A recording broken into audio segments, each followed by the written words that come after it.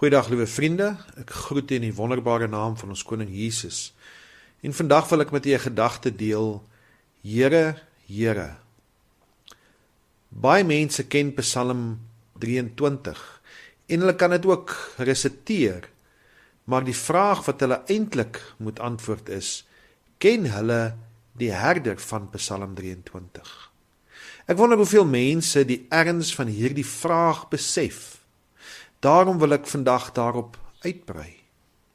Jesus sê in Matteus 7 vers 21, nie elkeen wat vir my sê, Here, Here, sal ingaan in die koninkryk van die hemele nie, maar hy wat die wil doen van my Vader wat in die hemele is. Net so waarsku Paulus as hy skryf aan Titus in Titus 1 vers 16, hulle bely dat hulle God ken, maar hulle verloon hom deur die werke, omdat hulle gruwelik en ongehoorsaam is en ongeskik vir elke goeie werk. Jesus betreur die volk se geestelike toestand.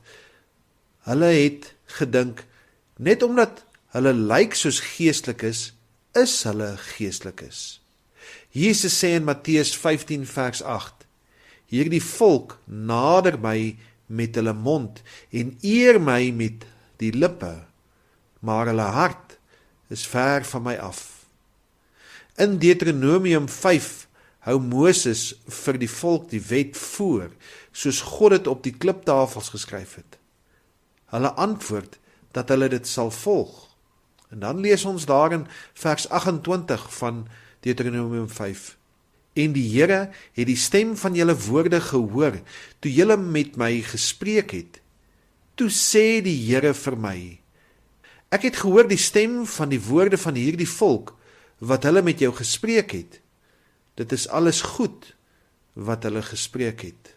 Maar net in die volgende vers, sê hy, ag, as hulle maar so 'n hart gehad het, om my te vrees, en al my gebooie altyd te onderhou, dat dit met hulle en hulle kinders vir ewig kan goed gaan.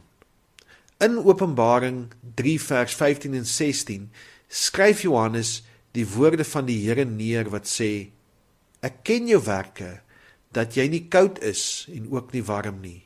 Was jy tog maar koud of warm, maar nou, omdat jy lou is en nie koud of warm nie, sal ek jou uit my mond spuug. As ons hierdie woorde lees, dan wil ek onwillekeurig vra, hoeveel bid vandag bloot omrede hulle iets benodig? Soek ons God se hand of soek ons God se hart? Hoeveel is vandag nog opreg toegewyd en oorgegee aan die Here? Ek wonder soms hoekom die mens na die Here toe hardloop in tye van nood, sodat die Here kan voorsien, verlos en genees, maar dan vergeet die mens so gou dat dit genade uit die hemel was en val dan maklik weer in 'n sondige groef terug, sonder om werklik by 'n oorgegewe lewe te kom.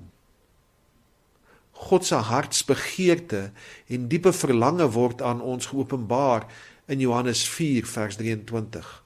Hy sê, maar daar kom 'n uur, en dit is nou, wanneer die ware aanbidders die Vader in gees en waarheid sal aanbid, want die Vader soek ook mense wat hom so aanbid.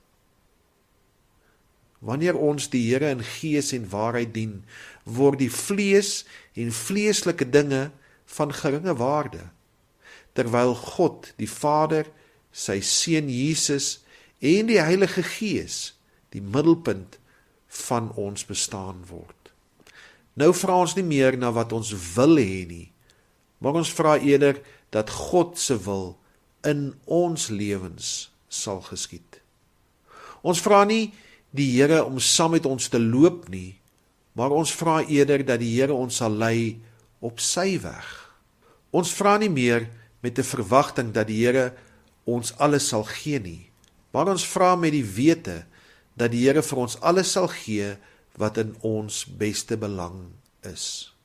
Ons lees nie meer die Bybel om te sien wat die Here vir ons kan doen nie, maar ons lees die Bybel om te sien hoe ons nader aan God kan beweeg.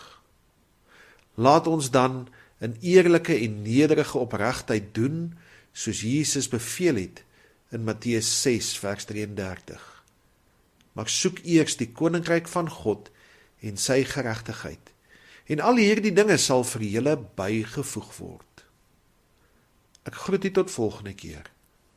Totsiens.